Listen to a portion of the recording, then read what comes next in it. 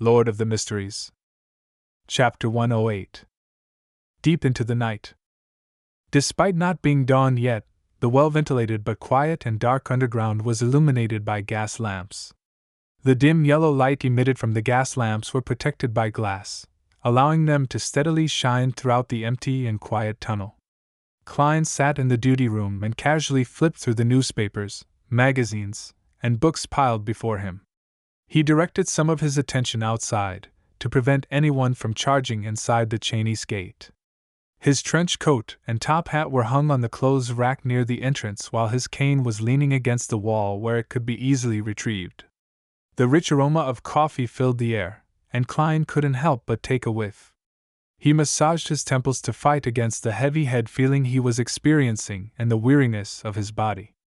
As a college student back on Earth, he often slept at 5 in the morning and woke up at noon. In the past 2 to 3 years of his working life, he often stayed up all night, to the point of being able to attend work energetically the next day. However, it was all thanks to the games that were too exhilarating, novels that were too interesting, television shows and movies that were too entertaining. This world obviously didn't possess any of the necessities needed for staying up all night.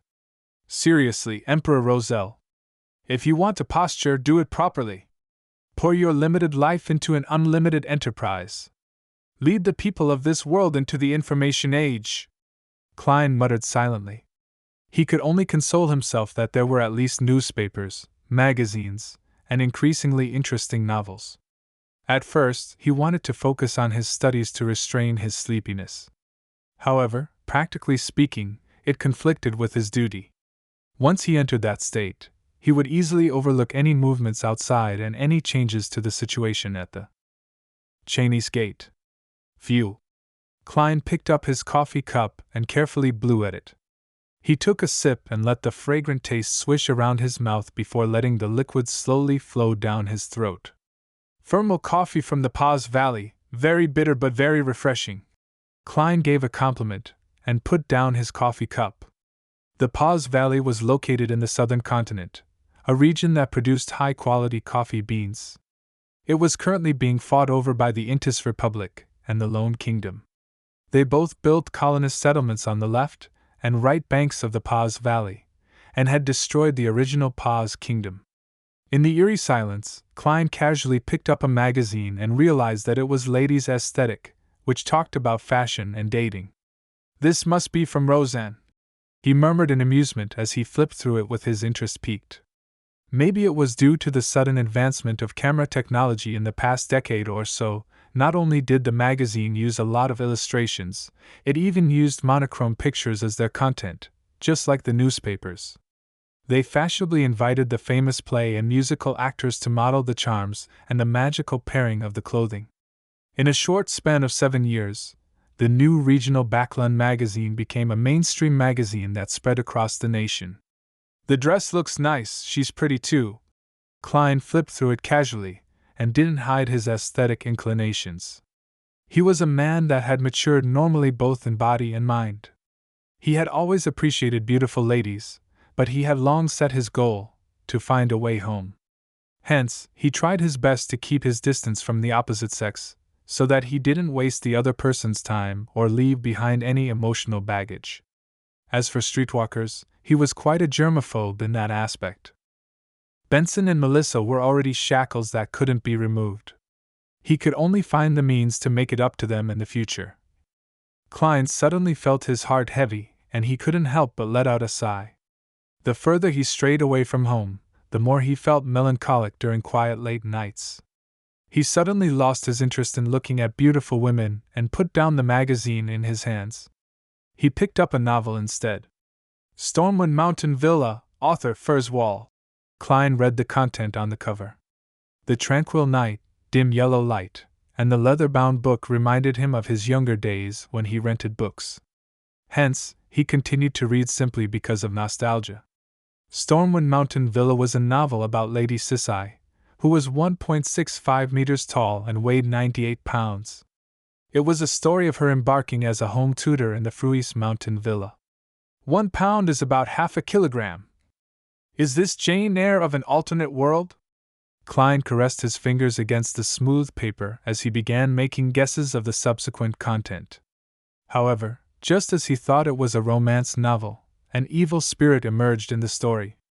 When he believed that it was a ghost story, Lady Sisai revealed herself as a detective and made a marvelous deduction. Just as Klein felt that it was definitely a detective novel, the main male character took a heavy blow to the head and lost his memory. Then, it became a heart-rending drama. In the end, it's still a romance book. Klein closed the book and drank a mouthful of coffee. Thump! Thump! Thump! Thump! A ferocious knocking was suddenly heard as it reverberated in the dim and quiet, empty corridor.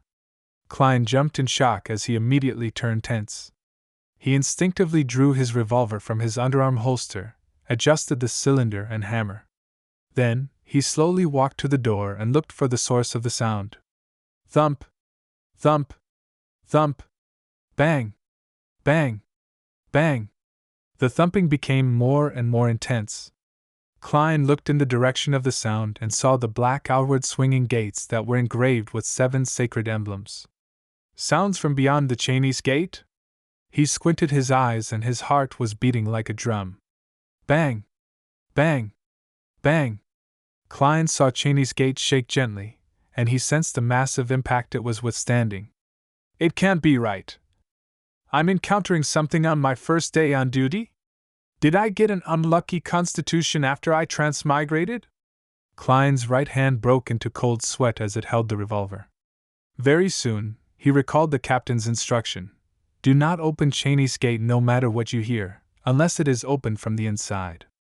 Could this be a normal phenomenon? Klein suddenly calmed down. Bang! Bang! Bang! Thump! Thump! Thump! The commotion beyond the Cheney's gate grew in intensity, but the heavy black metal gates only shook. Otherwise, it didn't show any unusual signs. This is normal.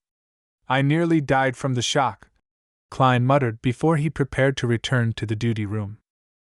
Just then, he heard a sharp grinding noise. He looked at the heavy Cheney's gate bulging outwards as a crack appeared on its surface. Sing! In the jarring noise, Klein's almost fixed eyes saw a figure. Its height was about the length of a man's arm, and it was wearing a classic, black, miniaturized regal gown. There was an obvious stain on the gown. It had a not-so-exquisite face, black eyes, and tightly sealed lips.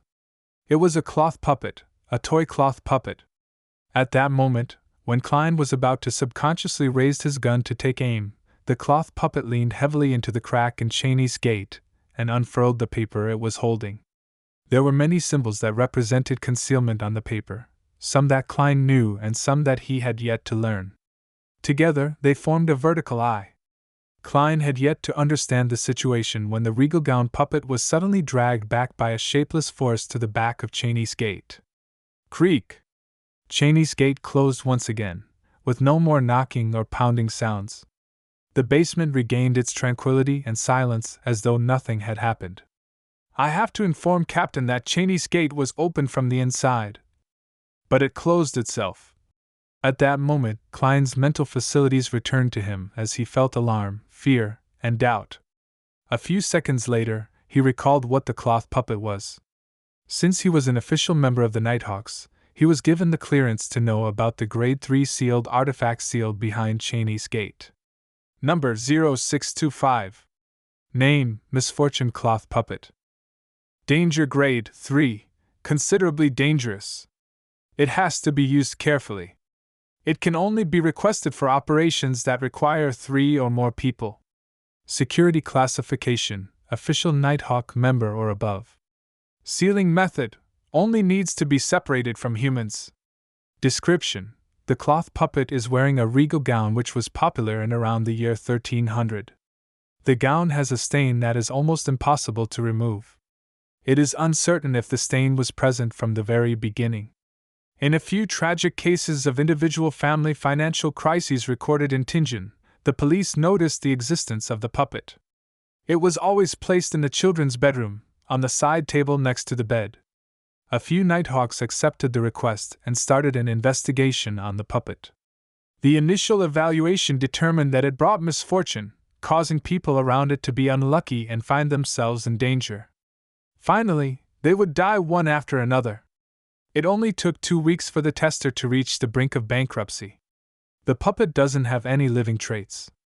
It doesn't have any inclinations of escaping the seal. Through extended periods of experimentation, we discovered that as long as one does not come within 10 meters of it for more than half an hour a day, one wouldn't be tainted with misfortune. If misfortune has befallen someone, the person will immediately have his situation turned for the better as long as the misfortune is transferred to another person. Appendix: the puppet first appeared in the house of an old lady, Tess, who lived in the lower street of Iron Cross Street. She was a toymaker. Due to old age and her husband's severe illness, with both her children passing on early, she had no choice but to move to the Iron Cross Street's lower street. This was the last toy she sold. She exchanged the puppet for some poison hemlock and ended her and her husband's lives, having starved for more than 3 days. As Klein recalled the information of sealed artifact 3-0625, he felt even more doubtful and horrified. Didn't it say the puppet doesn't have living traits? Didn't it say that it doesn't have any inclinations of escaping the seal? What did I see just now? What dragged it back in the end? The symbol that was drawn on the paper that it unfurled, what does it mean? That scene earlier was like how a psychotic murderer deals with his victim as the victim slams on the gates heavily and cries for help desperately, only to be dragged back. While these thoughts flooded him, Klein decided not to make any decision on his own. He returned to the duty room and pulled a rope. The rope tightened, the gear spun, and there was suddenly a hurried ringtone that rang on the second floor of the Blackthorn Security Company. Leonard Mitchell and the other sleepless who were playing cards in the recreation room immediately put down their poker cards and ran to the basement.